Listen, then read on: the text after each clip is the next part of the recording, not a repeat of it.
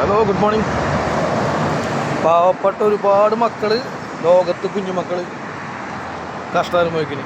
അപ്പോൾ അവർക്ക് വേണ്ടിയിട്ട് നമ്മൾ വസ്ത്രങ്ങൾ കൊടുക്കുകയാണ്.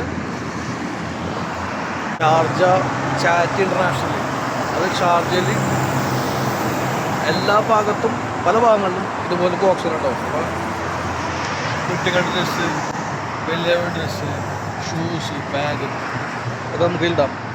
അപ്പോൾ ഇത്